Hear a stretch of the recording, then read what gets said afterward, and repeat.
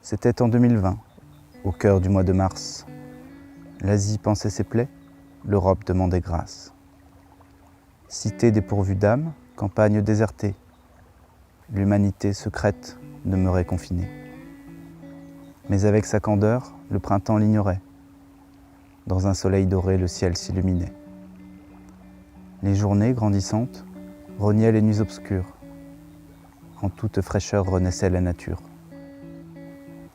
C'était en 2020, l'hiver abandonnait. Privé de liberté, tant le mal progressait. Adieu fêtes, famille, amour, amis très chers. Peurs et mornes journées formaient notre univers. Mais avec sa douceur, le printemps l'ignorait, car potager, verger, jardin se languissaient. La flore, profitant de cette accalmie soudaine, laissait pousser bourgeons, plantes, feuillages et graines. C'était en 2020, en amont de l'été. Travailleurs, étudiants, ensemble connectés.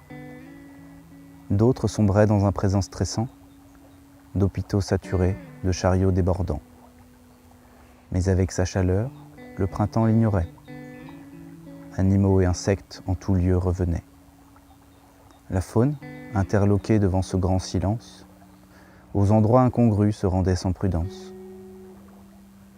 C'était en 2020, premier quart de l'année, qu'on entreprit de rêver, s'instruire, s'amuser.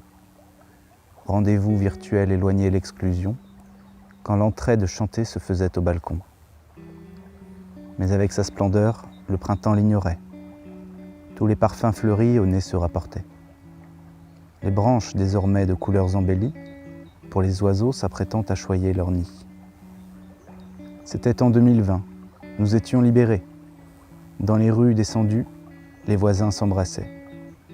Les proches retrouvés, dans les pleurs et les joies, le combat remporté, le virus renonça. Mais avec son bonheur, le printemps l'ignorait. D'être succédé, humblement il attendait. Et avant de partir, à tous il nous apprit, avec son optimisme, une leçon de vie.